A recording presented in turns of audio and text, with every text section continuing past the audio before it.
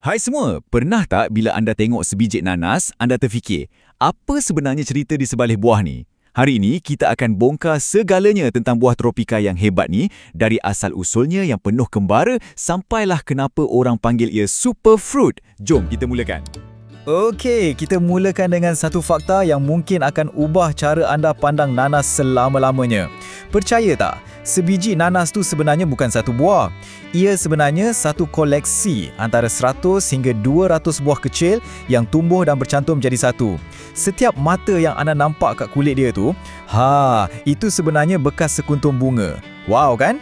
Ini dia peta perjalanan kita untuk kupasan kali ini. Mula-mula kita akan jejaki sejarahnya, lepas tu kita kenali jenis-jenisnya, fahamkan khasiatnya, kita akan bedah siasat sikit sains di sebaliknya, dan akhir sekali macam mana ia sampai ke meja makan kita.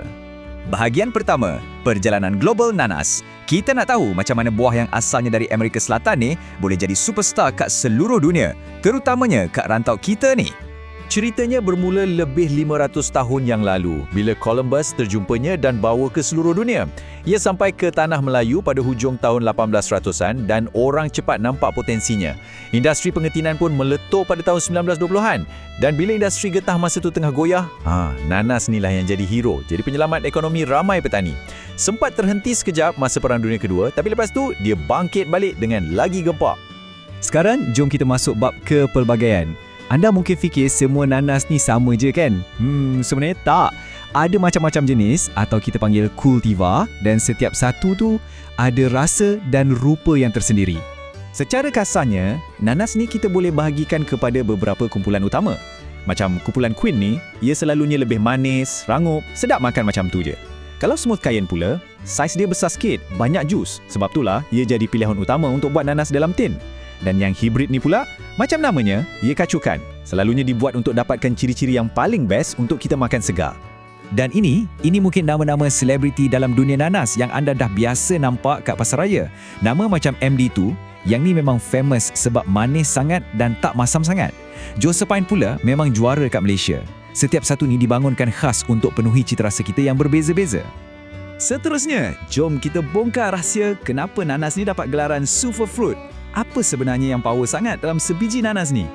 Hebatnya nanas ni, dia ada kat mana-mana. Kat dapur tu biasalah, kita makan segar, buat jus atau masak pajeri. Tapi, yang ni mungkin ramai tak sangka. Kebaikannya sekarang dah masuk dalam produk kecantikan. Sebab enzim dan vitamin dalam nanas ni memang bagus untuk kulit. Jadi jangan terkejut kalau jumpa dalam pencuci muka, serum, macam-macam lagi. Kalau kita tengok dari sudut nutrisi, inilah hero dia, vitamin C.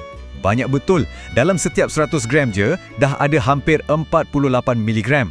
Penting sangat untuk sistem imun kita. Plus, ia bagi tenaga segera yang sihat. Dan inilah dia senjata rahsia nanas, bromelain. Bromelain ni sebenarnya satu kumpulan enzim yang special yang hanya ada dalam nanas. Kiranya, dialah punca utama kebanyakan khasiat kesihatan nanas. So, apa function bromelain ni? Okey, pertama, dia memang power untuk bantu sistem penghadaman kita. Selain tu, dia ada ciri anti keradangan, macam fireman dalam badan kita yang tolong lawan penyakit. Ada juga kajian-kajian awal yang tunjuk potensinya untuk lawan sel kanser. Semua ni, bila digabungkan, memang jadikan nanas ni satu buah yang sangat berkuasa. Okey, dari khasiat kita tukar gear sikit, kita masuk bab biologi. Jom kita faham sikit macam mana pokok nanas ni berfungsi. Percayalah, ia ibarat sebuah kilang semula jadi yang sangat canggih. Pokok nanas ni ada satu superpower yang sangat bijak, namanya fotosintesis CAM. Macam ni, dalam cuaca panas, pokok lain banyak hilang air bila bernafas waktu siang. Tapi nanas ni lain macam sikit. Dia bernafas atau sedut karbon dioksida waktu malam je bila sejuk. Tujuannya? Nak jimat air. Senang cerita, bayangkan nanas ni tahan nafas sepanjang hari masa panas terik. Dia tutup semua liang-liang kat daun dia. Bila malam dah sejuk, baru dia buka untuk bernafas. Dengan cara ni, dia dapat kurangkan kehilangan air dengan sangat-sangat banyak. Memang satu adaptasi yang genius untuk terus hidup. Dan inilah rupa pokoknya. Pokok nanas ni sebenarnya sejenis tumbuhan herba yang tahan lasak. Tengok tu, ada batang utama yang pendek, daun-daun dia tebal dan macam berlilin untuk simpan air. Dan mestilah, jambul atau mahkota ke atas buah tu memang ikonik betul. Okey, untuk bahagian terakhir ni, jom kita ikut perjalanan nanas kat ladang pula. Macam mana ia ditanam, dibelai dan akhirnya dituai sebelum sampai kat tangan kita. Proses dia bermula dengan menanam sama ada sulur dari pokok induk atau jambul dari buah tu sendiri. Untuk beberapa bulan, pokok ni akan membesar. Lepas tu, kat ladang-ladang besar, petani akan guna hormon untuk bagi arahan kat semua pokok supaya berbunga serentak. Bijak kan? Ini untuk pastikan semua buah masak lebih kurang pada masa yang sama. Dan selepas lebih setahun, barulah buah nanas yang kita tunggu-tunggu tu sedia untuk dipetik. Jadi, daripada gabungan ratusan bunga menjadi pengembara dunia, sumber khasiat yang power dan tumbuhan yang sangat bijak, hebat betul cerita nanas ni.